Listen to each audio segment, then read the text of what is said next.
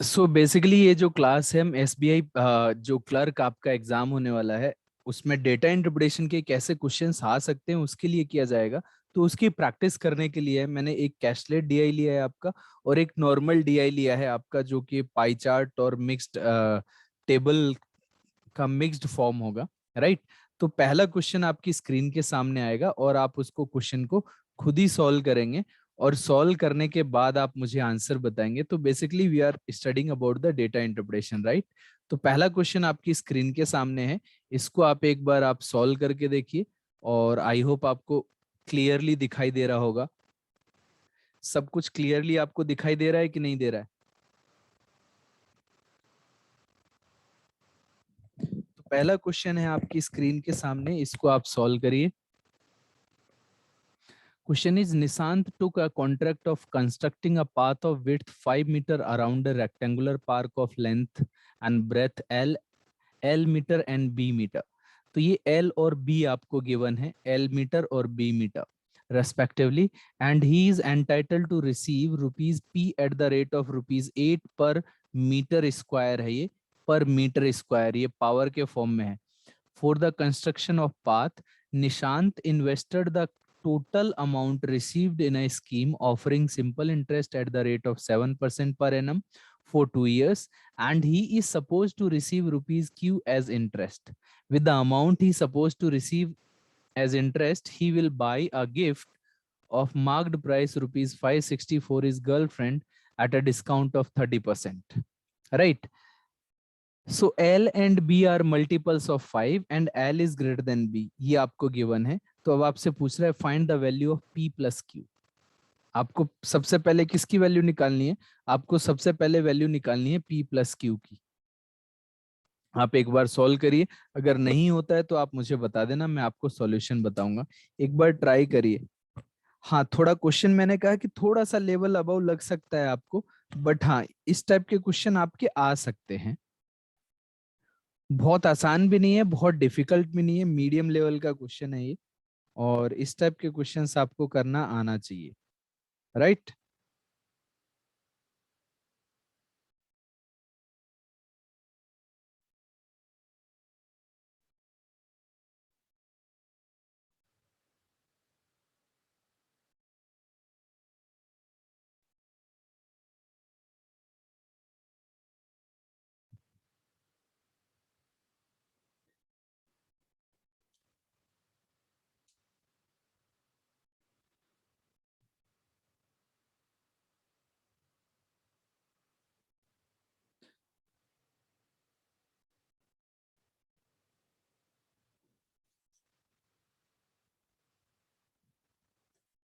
जितने भी लोग देख रहे हैं यहाँ पर, मैं ये सारे वीडियोस, जैसे आपको उस दिन वाला वीडियो भी मैंने यूट्यूब पर अपलोड कर दिया था, ये वाला वीडियो भी मैं आपके लिए यूट्यूब पर अपलोड कर दूंगा, आपके फेसबुक पेज पर भी अपलोड किया जा रहा है, राइट।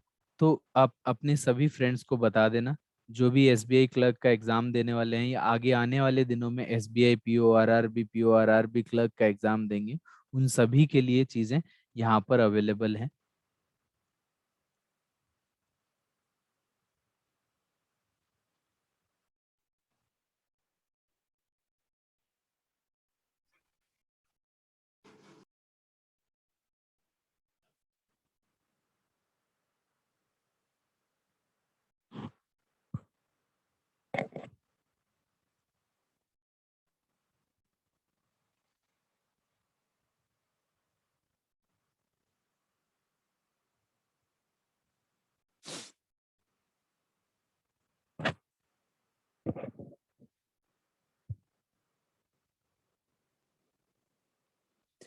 जो भी आपका आंसर आता है वो आप मुझे बता सकते हैं, अगर नहीं भी आ रहा होगा तो भी मुझे बताना, बहुत ज्यादा हम टाइम नहीं लेंगे, क्योंकि हमें और भी क्वेश्चंस करने हैं। आप एक बार ट्राई कर लो, 2 से 3 मिनट का टाइम और देता हूं मैं। देखो इसमें कॉम्बिनेशन क्या है, इसमें प्रॉफिट लॉस का कॉम्बिनेशन है, या डिस्काउंट का कॉम्बिनेशन है, सिंपल इंटरेस्ट का कॉम्बिनेशन है, और थोड़ा सा इसमें मेंसुरेशन का कॉम्बिनेशन है। तो तीन चैप्टर्स को मिला के ये क्वेश्चन बनाया गया है, और इसी टाइप के क्वेश्चन आपको मेंस में भी देखने को मिलते हैं। तो एक आंसर आई थिंक मेरे पास आया, हमीदुल ने 3 आंसर दिया है, थर्ड मीन्स 2892। ओके, ठीक है। चलिए मैं आपको सॉल्व करके बताता हूँ, बड़े ध्यान से आपको देखना है ये वाला पार्ट। अगर आप ध्यान से देखेंगे तो आपको समझ में आएगा, अदरवाइज क्या होगा, थोड़ा सा ऊपर से निकल सकता है, क्योंकि थोड़ा सा आपने कुछ चैप्टर हो सकता है मेरे से डायरेक्टली नहीं पढ़े हैं, तो हो सकता है आपको थोड़ा बहुत प्रॉब्लम हो, बट ऐसा नहीं होगा कि आपको समझ में नहीं आएगा, मैं आपको समझाने की पूरी कोशिश करूंगा, राइट। सो देखिए यहाँ पर आपको ये वाला जो पार्ट था, जो भी आपका ये इंटरेस्ट और ये सब जो दे रखा है,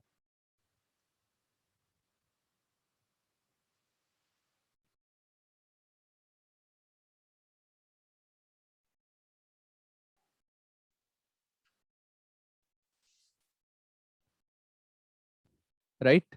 सो ये वाला पार्ट है।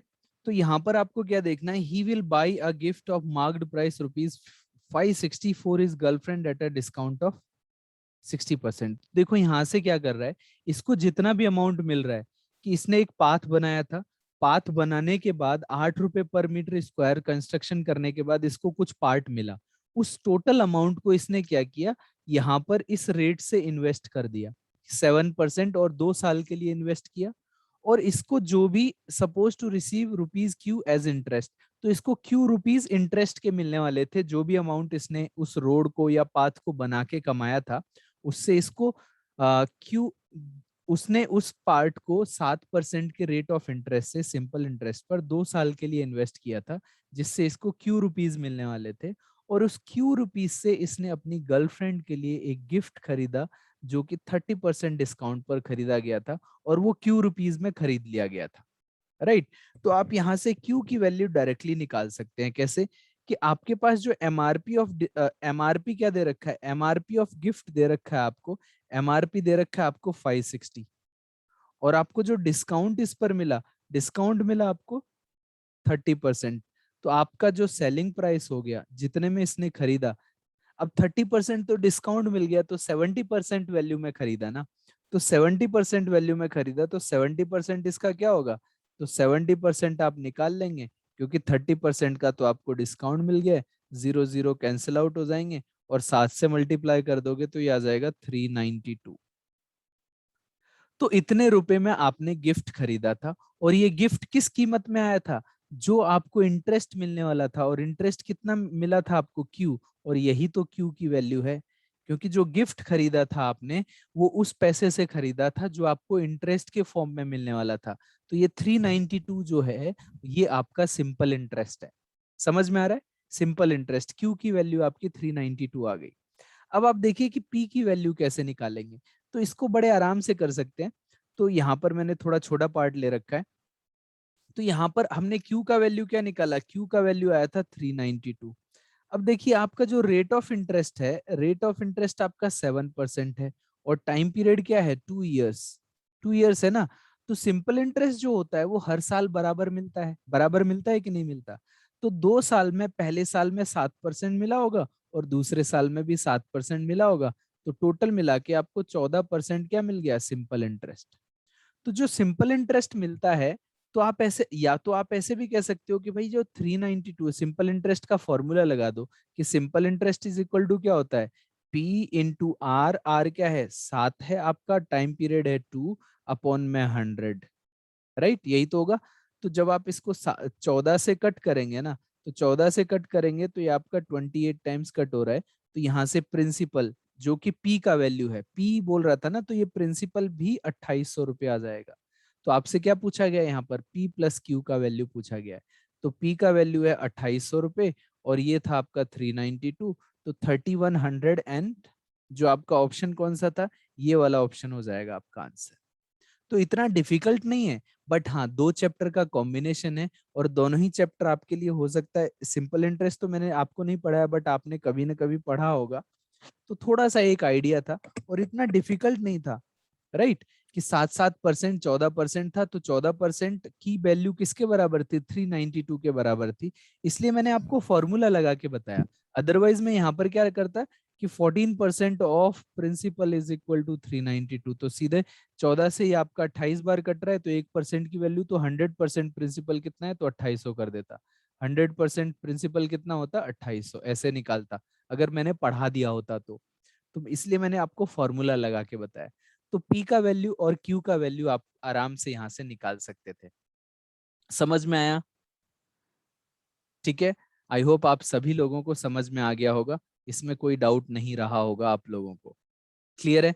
तो जिसने भी आंसर दिया था वो भी समझ गया होगा कि किस तरीके से इस क्वेश्चन को हमें सॉल्व करना था। अब देखिए हमारे पास जो नेक्स्ट क्वेश्चन है उसमें क्या है। नेक्स्ट क्वेश्चन है हमारे पास, which of the following values can be determined using the information provided in the above statement. तो ये पूरा स्टेटमेंट है आपका निशांत वाला, पूरा स्टेटमेंट है। तो इससे हम एल की वैल्यू निकाल सकते हैं क्या, क्यू की वैल्यू? देखो पी और क्यू तो पहले ही क्वेश्चन में निकल आया, तो सेकंड और थर्ड तो हम डेफिनेटली निकाल सकते हैं। तो क्या हम जो रेक्टेंगल दे रखा है हमें उसका लेंथ और ब्रेथ निकाल सकते हैं? तो आप एक बार ट्राई करिए कि निकाल सकते हैं तो कौन सा आंसर होगा। पी और क्यू तो हम ऑलरेडी निकाल चुके हैं। अब एल और बी पर आपको थोड़ा सा मशक्कत करनी है कि एल और बी कैसे निकलेगा। तो इसको भी मैं बेसिक तरीके से समझाऊंगा। तो एक्चुअल में क्या था ये, मैं आपको समझाने ये यहाँ पर बस बता रहा हूँ कि एक ऐसा रेक्टेंगल था, इसके चारों तरफ एक एरिया, इसके चारों तरफ एक पाथ बनाया था उसने, जो कि 5-5 मीटर वाइड है। चारों तरफ पाथ बनाया और उस पर ये जो पाथ है ना, इस पर उसने रोड बनाया था, और उससे उस रोड को बनाने के लिए 8 रुपए मीटर स्क्वायर कुछ मिला था।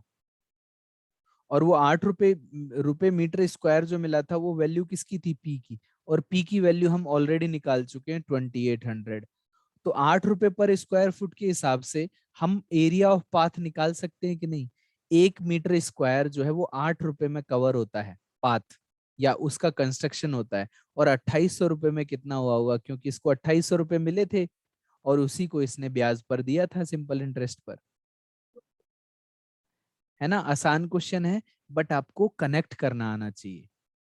तो अब आप बताइए, क्या हम कैलकुलेशन कर सकते हैं? और यहाँ पर ये भी दे रखा है कि जो लेंथ है और जो ब्रेथ है they are multiples of 5, and L जो है वो बी से बड़ा है। एल जो है वो आपका बी से बड़ा है, length is greater than breadth. जल्दी बताइए, मैं आपको 1 मिनट और दे रहा हूं कि निकाल पाएंगे कि नहीं।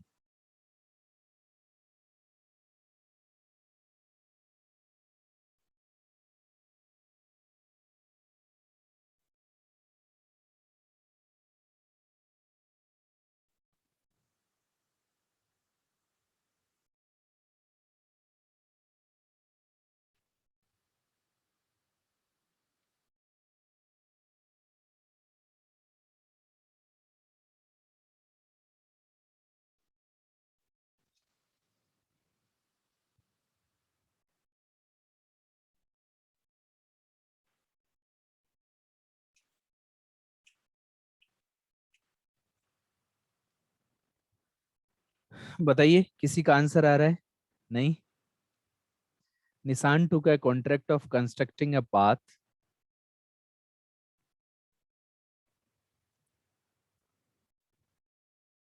तो चलिए मैं आपको सॉल्व करके बताता हूँ। तो मैंने जैसे डायग्राम बनाया ना उसी हिसाब से मैं यहाँ पर डायग्राम बना देता हूँ कि ये आपका पाथ जो बनाया गया उसके साथ का पार्ट बना लेता हूँ, और इसके अंदर जो ये रेक्टेंगल था वो ये था, राइट। तो इसका ये जो पाथ है ये 5 मीटर, यहाँ से यहाँ तक भी 5 मीटर है, और यहाँ से यहाँ तक भी ये 5 मीटर है, और यहाँ से यहाँ तक भी ये 5 मीटर है। तो चारों तरफ 5-5 मीटर का पाथ बनाया गया था। और ये लेंथ मान लेते हैं एल, और ये ब्रेथ मान लेते हैं बी। तो यहाँ पर जो हमें पी की वैल्यू तो हमने पहले ही क्वेश्चन में कैलकुलेट कर ली थी 2800, और रेट था पाथ को बनाने का वो था 8 रुपया पर मीटर स्क्वायर, राइट, 8 रुपीज। तो हम ये कहेंगे कि पाथ का एरिया कितना हो जाएगा, जो पाथ बनाया है मैंने, कि हर 8 रुपए मिलते हैं मेरे को 1 मीटर स्क्वायर बनाने का। तो 2800 रुपए बनाने के लिए मैंने कितना मीटर स्क्वायर बनाया होगा, तो मेरे को पाथ का एरिया पता नहीं लग जाएगा? तो सीधे सीधे अब आप इसको डिवाइड करो तो ये 350 मीटर स्क्वायर आ जाएगा पाथ का एरिया। तो हमारे पास सीधे सीधे पाथ का एरिया आ जाएगा। अब पाथ का एरिया क्या होगा? पाथ का एरिया होगा जो ये बड़ा सर्कल है ना, बड़ा रेक्टेंगल है, तो बड़े रेक्टेंगल की अगर हम ब्रेथ देखें तो देखो यहाँ से यहाँ तक 5 मीटर ऊपर बढ़ रहा है, 5 मीटर इधर बढ़ा, 5 मीटर इधर बढ़ा, तो ये b+10 हो जाएगा। और ऐसे ही अगर पूरी लेंथ की बात करें, पूरे लेंथ की बात करें, मैं डायरेक्ट फॉर्मूला नहीं बता रहा आपको कि रटने का कुछ पार्ट बता रहा हूँ, ऐसा कुछ भी जरूरत नहीं है यहाँ पर। कि लेंथ में अगर मैं 5 मीटर इधर और 5 मीटर इधर दोनों तरफ ऐड हो रहा है ना, तो बड़े वाले का लेंथ हो जाएगा। तो बड़े वाले का लेंथ क्या हो गया आपका l+10, और बड़े वाले का ब्रेथ हो गया b+10। इसमें से -l × b अगर माइनस कर दें तो पाथ का एरिया आता है कि नहीं आता? समझ में आ रहा है आपको? इतना पार्ट क्लियर है? बोलिए यस और नो, या फिर आप कमेंट करके बताइए। समझ में आ रहा है कि नहीं आ रहा? तो जब आप इसको मल्टीप्लाई करेंगे, जब आप इसको मल्टीप्लाई करेंगे तो ये क्या आएगा l × b, और फिर आपके पास आएगा 10l, और फिर आएगा 10b + 100 -l × b is equal to 350, right? समझ में आ रहा है कि नहीं आ रहा? ये अनम्यूट कर लो ABCD, अपने आप को अनम्यूट कर लो। ABCD कौन है? ABCD म्यूट पर रखो ना अपने आप को। ABCD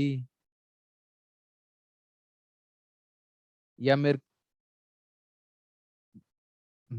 ठीक है। तो ये हो गया। तो देखो l × b, ये वाला पार्ट तो कैंसिल आउट हो जाएगा, ये प्लस का है ये माइनस का है। और यहाँ से अगर हम कहें कि 10 यहाँ पर कॉमन ले लो और l+b, और यहाँ से ये 100 इधर से माइनस हो जाएगा तो ये 250 आ जाएगा। 0 से 0 कैंसिल आउट हो गया। तो अब हमारे पास क्या आ रहा है, l+b का जो वैल्यू है वो 25 आ रहा है। दोनों का वैल्यू मिला के 25 आ रहा है। तो हमसे पूछा गया है कि क्या भाई l की वैल्यू मैं कैलकुलेट कर सकता हूँ कि नहीं कर सकता? तो एल की वैल्यू कैसे कैलकुलेट करूंगा, तो वो मैं आपको समझाता हूँ। देखो हमें एक हिंट दे रखा है यहाँ पर। हिंट क्या दे रखा है? The L and B are multiples of 5, और एल जो है वो इससे बड़ा है। तो अगर एल और बी मल्टीपल ऑफ 5 है, तो अगर ये 5 होगा तो ये 20 हो सकता है, और अगर ये 10 होगा तो ये फिर 15 हो सकता है, अगर ये 15 होगा तो 10 होगा, तो ये वैलिड नहीं होगा। ये तो वैलिड नहीं है ना, क्योंकि हमारा लेंथ आपका बड़ा था। तो यहाँ पर भी दो वैल्यूज आ रही हैं कि ब्रेथ अगर 5 हो गया तो लेंथ ये होगा, और ब्रेथ अगर 10 हो गया तो ये हो गया। तो यहाँ से दो आंसर आ रहे हैं। दैट मीन्स एल और बी का एग्जैक्ट वैल्यू नहीं निकाल सकते। पॉसिबल वैल्यूज तो निकाल सकते हैं, लेकिन एग्जैक्ट वैल्यू नहीं निकाल सकते। तो हमारा जो आंसर यहाँ पर आना चाहिए था वो क्या आएगा? सेकंड एंड थर्ड ओनली हमारा आंसर होना चाहिए था, क्योंकि पी तो हम निकाल चुके हैं और क्यू भी निकाल चुके हैं पहले वाले क्वेश्चन में, लेकिन दूसरा वाला पार्ट नहीं आ रहा है। तो ये मैंने रिपीट आपके लिए कर दिया है। तो रिपीट में क्या कर रहा हूं कि यहाँ पर क्या है, ये आपका लेंथ एल है, और यहाँ पर ये 5 मीटर इधर 5 मीटर बढ़ा, तो बड़े वाले रेक्टेंगल का l+b लेंथ हो जाएगा। ऐसे ही यहाँ पर ये 5 बढ़ा और ये 5 बढ़ा, तो बड़े वाले रेक्टेंगल का b+10 हो जाएगा। तो बड़े वाले रेक्टेंगल का जो लेंथ इंटू ब्रेथ माइनस छोटे वाले का क्या है, l × b है। तो दोनों में से डिफरेंस माइनस करेंगे तभी तो पाथ का एरिया आएगा। और पाथ का एरिया हमें पता है कि 2800 रुपए टोटल मिले थे, और 2800 रुपए पर 8 रुपए में 1 मीटर स्क्वायर बनाया गया था पाथ, तो इसका टोटल एरिया हमने निकाल लिया, और वहां से l+b का वैल्यू आ गया। और l+b का वैल्यू एग्जैक्ट नहीं निकाल सकते, ये आपको समझ में आ रहा होगा। अब नेक्स्ट क्वेश्चन आपकी स्क्रीन के सामने है, इसको आप सॉल्व करिए।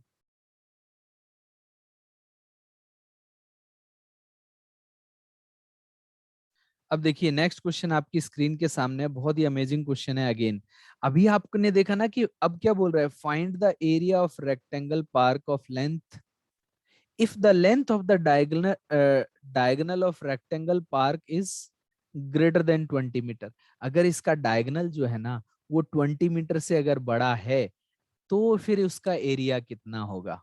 अभी मैंने दो पार्ट बताया आपको, दो पार्ट निकाल के बताए थे ना, कि लेंथ और ब्रेथ आपका या तो 20 और 15 होगा, या तो होगा 15 और 20।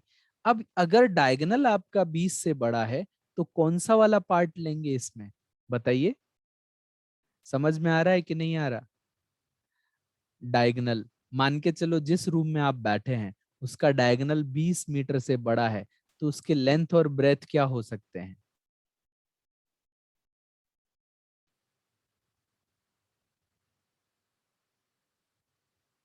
अरे आप सीधे सीधे निकाल के देखिए कि दो रेक्टेंगल बन रहे हैं आपके। एक रेक्टेंगल बन रहा है आपका कौन सा, एक 15 मीटर लेंथ और 10 मीटर ब्रेथ वाला है। तो अगर मैं इसका डायगोनल निकालूं, ये तो 90 डिग्री होता है, तो पाइथागोरस थ्योरम लगा देंगे तो ये वाला पार्ट जो आएगा, ये वाला पार्ट कितना आ जाएगा आपका, 20 से छोटा ही रहेगा। 20 से छोटा क्यों रहेगा, क्योंकि ये बोल रहे हैं ना यहाँ पर ज्यादा है। तो ये वाली लेंथ क्या आएगी, अगर मेरे को ये डायगोनल निकालना हो, तो डी क्या आता है आपका, डी आता है आपका 15 का स्क्वायर प्लस 10 का स्क्वायर इसका रूट। तो ये 225 होता है और ये 100 होगा, तो रूट ऑफ 325। तो देखो नियरेस्ट वैल्यू क्या आएगी डी का, नियरेस्ट वैल्यू आएगा 18, क्योंकि 18 का स्क्वायर क्या होता है 324। तो 18 से थोड़ा सा बड़ा होगा, लेकिन 20 से तो बड़ा नहीं है ना।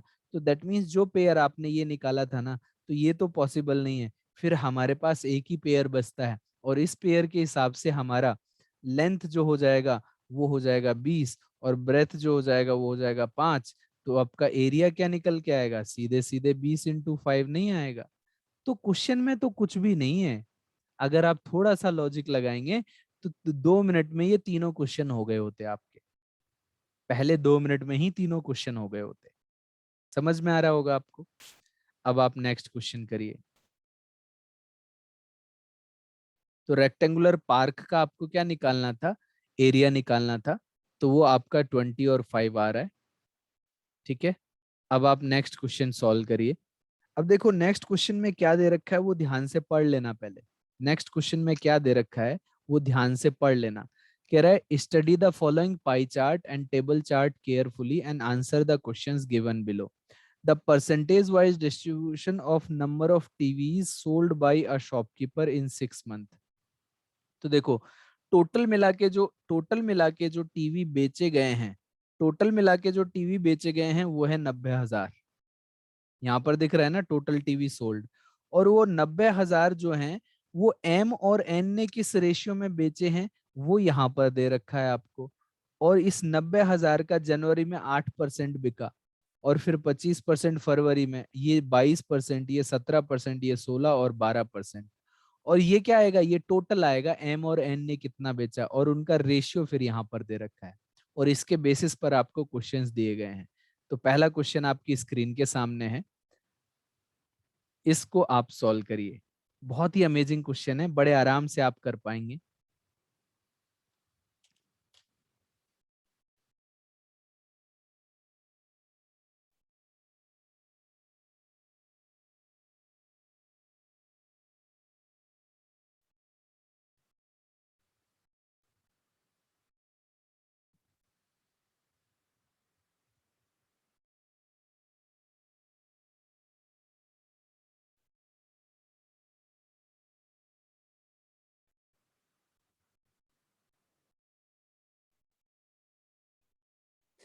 जिसका जो भी आंसर आता है वो मुझे बताते रहना। कोई भी अगर आपका आंसर आता है तो वो मुझे बता देना।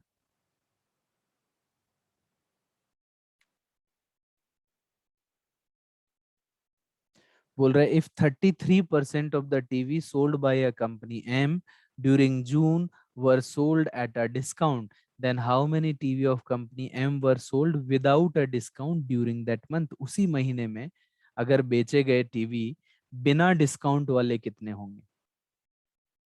आसान क्वेश्चन है, बड़े आराम से कर सकते हो, एकदम ओरली कर सकते हो, बहुत ज्यादा कैलकुलेशन नहीं होगी।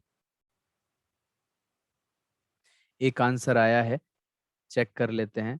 थर्ड आंसर अंतरा ने दिया है। तो देखिए आपका आंसर तो ऑलरेडी आई थिंक सही भी निकाला है आपने। तो देखिए यहाँ पर ये वाला पार्ट क्या बोल रहा है, यहाँ पर जून की बात कर रहा है, राइट। और जून की अगर हम बात करें तो जून में देखो 12% का टोटल ये वाला पार्ट निकला है। तो टोटल जो टीवी बिके 12% जून में बिके हैं। और जो टोटल था आपका, टोटल कितना दे रखा है 90,000। अगर 90,000 का आप 12% निकालेंगे तो जून में आपके 10,800 बिके। क्योंकि 10% आपका कितना हो गया, 10% 9,000 हो गया। 1% 900 होता है, तो 2% 1,800 और ऐड कर दिया मैंने 9,000 में। 1,800 ऐड करके डायरेक्ट, या फिर 12 9 जा 108 करके 20 आप पुट कर सकते थे, राइट। तो अब इनको अगर आप एम और एन कंपनी का पार्ट देखेंगे तो ये 4:5 के रेशियो में बिके हैं। कि अगर 4 टेलीविजन आपने एम ने बेचे तो 5 इसने, तो ये, तो इसमें से जो पार्ट बिका ये 4/9 बिका है और ये वाला पार्ट 5/9 बिक रहा है। तो अब आप सीधे सीधे देखो, आपसे कंपनी एम के बारे में पूछ रहा है, तो 10,800 में से कंपनी एम ने जो बेचे वो है 4/9, और ये जितने भी आप कंपनी एन बेच रहा है इसमें से 33% क्या है, डिस्काउंट पर गए हैं। तो 100% थे ना कंपनी एन के पास, उसमें से 33% डिस्काउंट पर गए, तो बाकी जो 67% जो आपके गए हैं, 67% जो आपके गए वो क्या है, बिना डिस्काउंट के गए ना। तो सीधे सीधे सक्सेसिव परसेंटेज चेंज लगा दिया हमने कि 33 को हटा देते हैं, डिस्काउंट कितने पर नहीं मिला, 67 पर, तो डायरेक्ट एक लाइन में निकल के आएगा कि नहीं आएगा। हम ऐसे नहीं करेंगे कि पहले 10,800 का 4/9 निकालेंगे, फिर 4/9 का 33% निकाल के उसमें से माइनस करेंगे, सीधे उसका 67% निकाल सकते हैं। तो हम देखेंगे कि 0 से 0 आपका कैंसिल आउट हो गया, 0 से 0 कैंसिल आउट हो गया, 9 से ये 12 बार कैंसिल आउट हो गया। अब आप देखिए 67 इंटू 48, मैंने आपको वैदिक मैथ्स पढ़ाया है कि नहीं पढ़ाया, इसीलिए पढ़ाया है कि भाई यहाँ पर लास्ट में क्या आना चाहिए, 6, एक कैरी फॉरवर्ड हो गया, लास्ट में 6 तो इसमें भी है, लेकिन ये देखो ये 30,000 की रेंज में है, तो ये आंसर नहीं हो सकता, ये नहीं हो सकता, ये नहीं हो सकता, तो आंसर तो यही होगा। और none of these rarely answer होता है आपका, नन ऑफ दीज तो आपकी गलतियों को कवर करने के लिए होता है, बाकी आप सॉल्व करेंगे और आपको और आइडिया लग जाएगा कि भाई क्रॉस मल्टीप्लाई ऐसे करूंगा तो सेकंड वाला स्टेप भी पता लग जाएगा, तो वो भी 1 आने वाला है, राइट। तो यहाँ पर 6 आ गया, 5 कैरी फॉरवर्ड हो गया आपका, तो ये देखो 48 और 28 कितना होगा आपका, और 5 ऐड हो रहा है तो 1 आएगा ना लास्ट में, राइट। तो आपका ये कितना हो गया, 28 एंड 48, 76 प्लस 5 81 होगा, तो 8 कैरी फॉरवर्ड हो गया, और ये वाला पार्ट क्या हो गया आपका, 24 और 8 32 होता है, हो रहा है कि नहीं। तो अगर आपको वैदिक मैथ्स का 1 लाइन मल्टीप्लीकेशन आता है तो यहाँ से भी कैलकुलेशन फास्ट होगी कि नहीं। तो मैं जो चीजें पढ़ाता हूँ ना वो एग्जाम में अप्लाई करनी है, ख्याली पुलाव पकाने के लिए या ट्रिक्स दिखाने के लिए मैं नहीं समझाता, एग्जाम में अप्लाई होंगी तभी ट्रिक से, नहीं तो किस बात की ट्रिक। नेक्स्ट क्वेश्चन आपकी स्क्रीन के सामने है। तो इस टाइप का क्वेश्चन बड़े आराम से आपसे उसी पैटर्न पर मैंने लिया है जिस पैटर्न पर एसबीआई क्लर्क में लास्ट ईयर क्वेश्चन पूछे गए हैं। हाँ, पहले वाला थोड़ा सा एक मॉडिफिकेशन लिया था, थोड़ा सा एक मॉडर्न लेवल ले लिया था, मतलब आप ऐसे मान के चल सकते हो उसको मीडियम लेवल मैंने ले लिया था, और वो भी पूछा जा सकता है, इतना डिफिकल्ट नहीं था अगर आप थोड़ा भी दिमाग लगाते तो।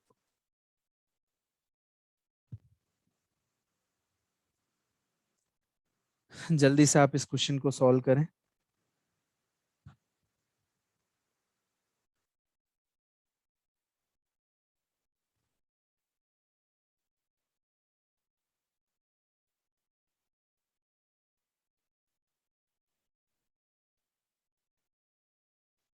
What is the ratio of the number of TV sold by company and during March to those of sold in April? Right? तो कंपनी मार्च में और अप्रैल में जो रेशियो निकल के आएगा वो आपसे पूछ रहा है। तो रेशियो निकालना बहुत आसान होता है, किसी का भी आंसर आता है तो मुझे बताना। तो किस किस की बात कर रहा है, एक तो मार्च की बात कर रहा है और किसकी बात कर रहा है, अप्रैल की बात कर रहा है, मार्च और अप्रैल। और यहाँ पर कौन सी कंपनी, एन, एन कंपनी की बात कर रहा है कि एन कंपनी का हमें कैलकुलेशन करना है, राइट। तो एन कंपनी का अगर हमें कैलकुलेशन करना है तो हम बड़े आराम से कर सकते हैं।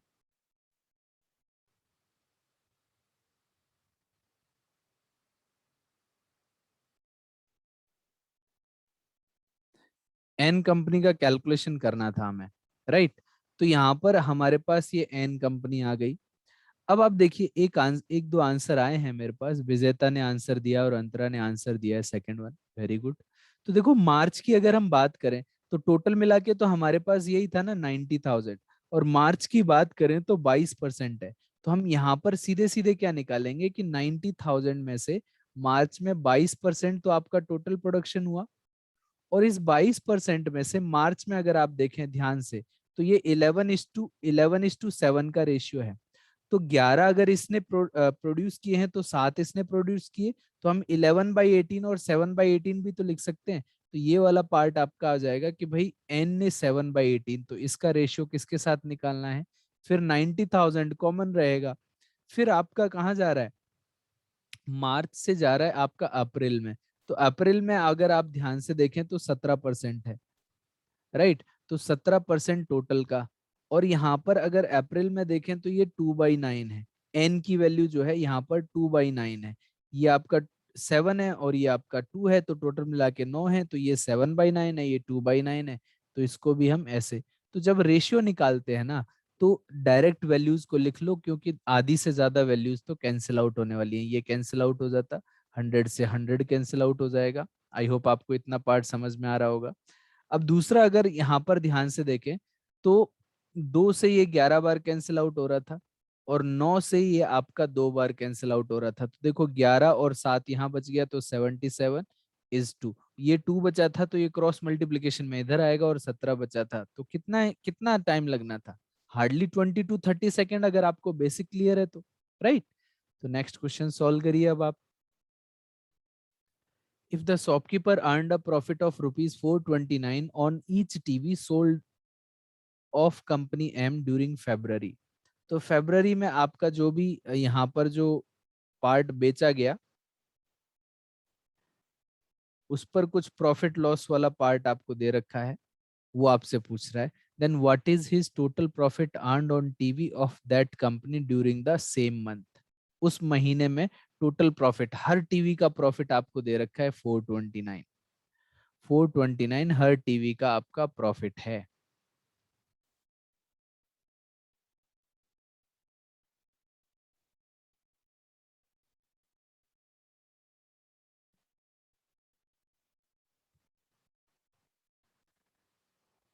और किस मंथ की बात कर रहा है, फेब्रवरी मंथ की बात कर रहा है, और एम की बात कर रहा है। तो हमें एक तो ये 25% काम आने वाला पार्ट है, ये वाला पार्ट 25% काम आएगा, ये वाला पार्ट 25% काम आने वाला है। और फेब्रवरी में अगर हम देखें तो ये आपका 13 यूनिट ये है, तो 2 यूनिट बी ए बेच रहा है। तो 15 यूनिट में से 13 यूनिट एम बेचता है। तो हम सीधे सीधे क्या करते हैं भाई, 90,000 यूनिट है हमारे पास, राइट। इसमें से 25% का मतलब 1/4 होता है, 1/4 बेची गई टोटल। और इस 1/4 का कौन सा पार्ट एन है, एन और एम है। तो ये 13/15 पार्ट है, 13 बाई क्या है, 15 पार्ट। और हर उस पर कितना प्रॉफिट हुआ, 429। तो इतने टीवी बेचे गए, और इसमें से हर टीवी पर इतना प्रॉफिट हुआ, तो टोटल प्रॉफिट ऐसे ही तो निकलेगा, राइट।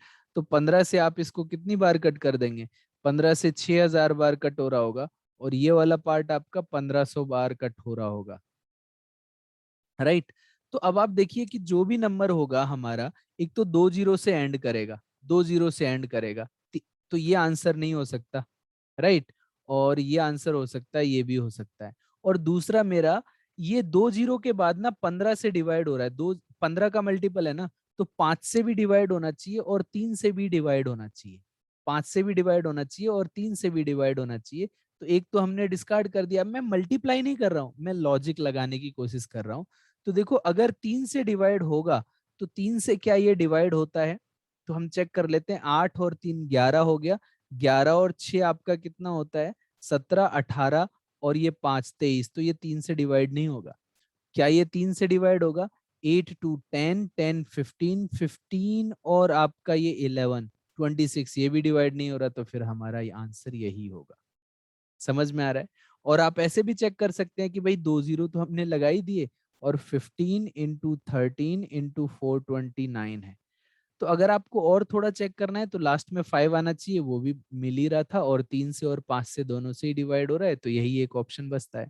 नन ऑफ दीज पर हम ध्यान नहीं देते, क्योंकि रेयरली आंसर होता है, और इतना डेयरिंग भी बनना पड़ता है। अगर मैं इसको मल्टीप्लाई करने में लग जाता तो मेरा 15 से 20 सेकंड और इसमें खराब होता, और आंसर वही आना था।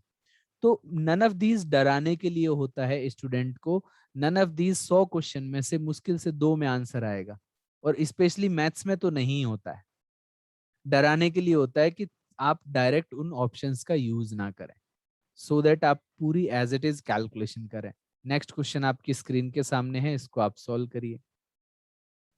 कह रहा है the number of TV sold of company N during May is approximately what percent of the number of TV sold of company during February?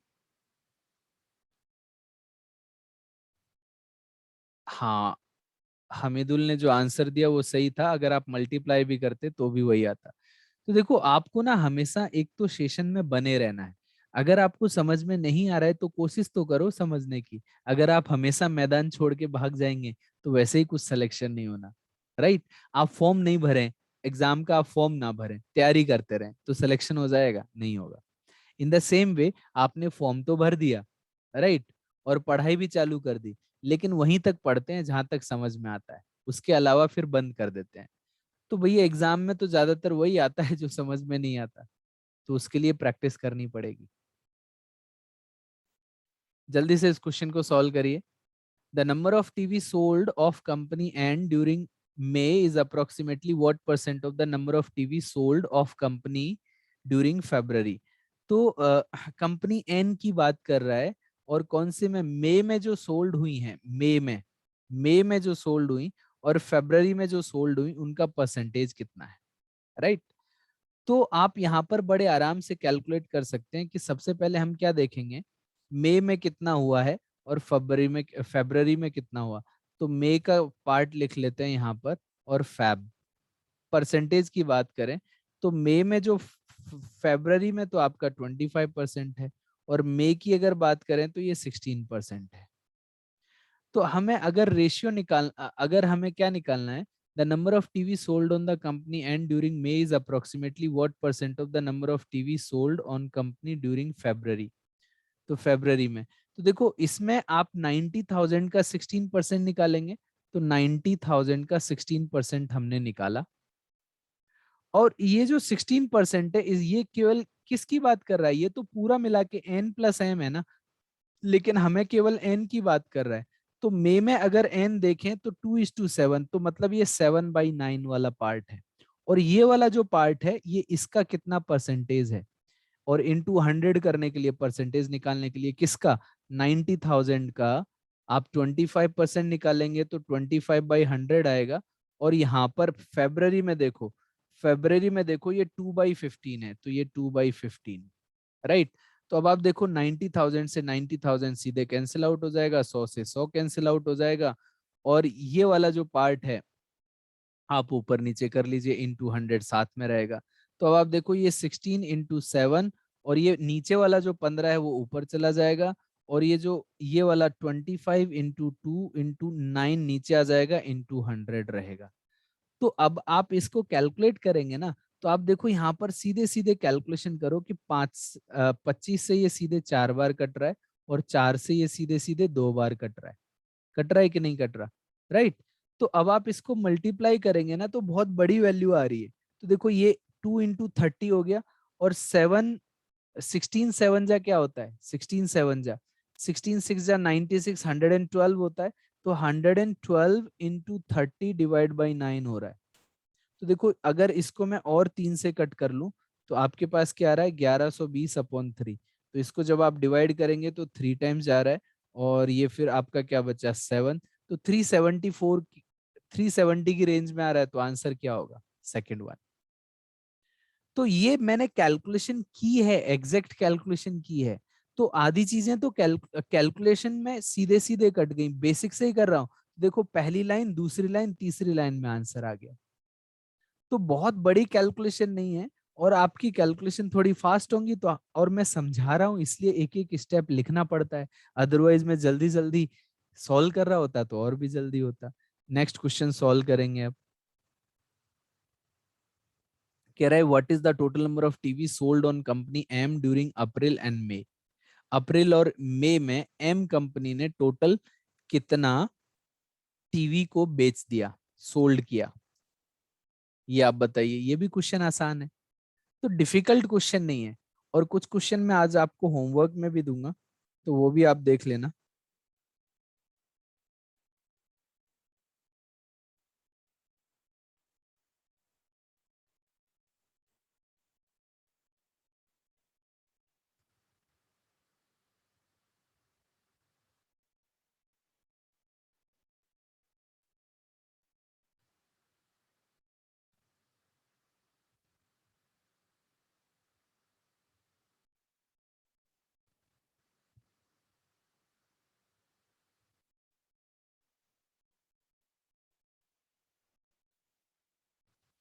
जो भी आपका आंसर आता है वो जल्दी से बताना।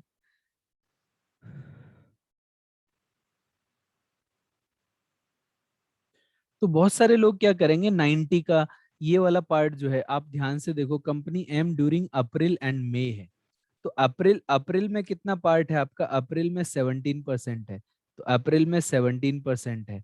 और मई में कितना था आपका, अप्रैल और मई है ना, अप्रैल मई, मई में 17% है। अप्रैल में 17% है, मई में 16% है। और अप्रैल और मई का अगर हम यहाँ पर ये वाला पार्ट देखें, तो अप्रैल का, और ये कौन सी कंपनी है, एम कंपनी है, तो ये 2/9 होगा। मई का, मई का 2/9 होगा, तो ये वाला पार्ट 2/9 निकलेगा। और यहाँ पर अगर हम बात करें अप्रैल का,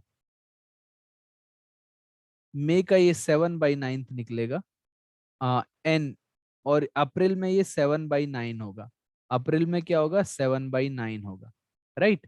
तो अब ये जो वैल्यूज हैं, ये वैल्यूज नहीं निकालनी है हमें, ये तो परसेंटेज के टर्म्स में रेशियो निकालना होता तो इसी से आ जाता। अब यहाँ पर क्या करना पड़ेगा, 90,000 का मल्टीप्लाई करना पड़ेगा कि ये वैल्यू कितना आ रहा है, और 90,000 का मल्टीप्लाई इसमें कर दो, ये वैल्यू कितना आ रहा है, परसेंटेज हटाने के लिए अपॉन 100, परसेंटेज हटाने के लिए अपॉन 100, 2 जीरो से 2 जीरो आपका कैंसिल आउट हो जाएगा, 9 से आपका 100 बार। राइट।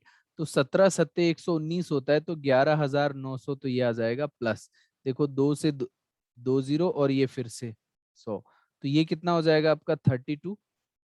यही वाला पार्ट है ना, 32। आई होप आपको समझ में आ रहा है। तो 3200, तो 001, और आपका ये आ जाएगा 5 और 1, तो 15,100 आपका आंसर आ जाएगा। ठीक है। तो कोई कोई कैलकुलेशन मिस्टेक हुई इसमें, कोई कैलकुलेशन मिस्टेक नहीं होती है, अगर आप थोड़ा ध्यान से करें और सारी चीजों को थोड़ा अलाइन करके करें। अब मैं आपको एक होमवर्क का क्वेश्चन दे रहा हूँ, इसका स्क्रीनशॉट ले लेना, और इस क्वेश्चन को हम नेक्स्ट क्लास में करेंगे, जब भी मेरा नेक्स्ट क्लास होगा वेंसडे को। राइट। तो देखिए, ये क्वेश्चन थोड़ा बड़ा है। राइट। तो ये क्वेश्चन है ये, तो कैसलेट डीआई है, कैसलेट डीआई है, तो ये वाला क्वेश्चन है। और क्वेश्चन कहाँ से शुरू हो रहा है, क्वेश्चन यहाँ से शुरू हो रहा है, बाकी वो सब डेटा है आपका। क्वेश्चन यहाँ से शुरू हो रहा है, बाकी सब वो डेटा है। राइट। तो इसको होमवर्क में दे रहा हूं मैं आपको, पहला क्वेश्चन हो गया, आपने स्क्रीनशॉट ले लिया होगा, और आपके पास तो पीडीएफ भी आपको मैं बहुत जल्दी ही मेल करवा दूंगा सर के थ्रू, तो मेल भी हो जाएगा। दूसरा क्वेश्चन, ये वही क्वेश्चन है, दूसरा क्वेश्चन ये है। राइट। जो क्वांटिटी बेस्ड क्वेश्चन आते हैं, वो क्वांटिटी बेस्ड क्वेश्चन भी मैंने लिया है इसमें, कि डीआई में भी क्वांटिटी बेस्ड क्वेश्चन आते हैं। राइट, वो भी ले रखा है मैंने। तीसरा क्वेश्चन, अच्छा इसका यही पार्ट था। तीसरा क्वेश्चन ये है आपका, Barista charge ₹84 hot coffee and ₹100 for cold coffee. Right. तो ये वाला क्वेश्चन। अब नेक्स्ट क्वेश्चन ये वाला आ गया आपके सामने।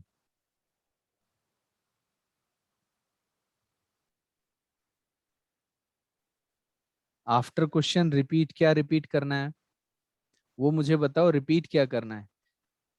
ठीक है।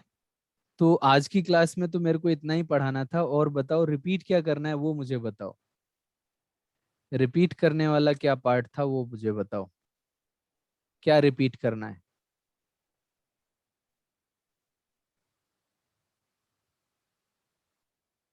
अच्छा स्क्रीन शॉट, अच्छा स्क्रीन शॉट रिपीट करना है। कोई नहीं, अभी आपको मेल मिल ही जाएगा, उसमें पीडीएफ रहेगा ना, सब कुछ रहेगा आपका उसमें। ठीक है। तो वो मेल मिल जाएगा, टेंशन मत लो। ठीक है। सो आई होप आप लोगों को इस क्लास में पढ़ने में मजा आया होगा, और कुछ नया सीखने को मिला होगा। आपकी अच्छी प्रैक्टिस भी होगी कि हाँ, अगर एसबीआई क्लर्क में ऐसे क्वेश्चन आएंगे तो आप जरूर कर पाएंगे।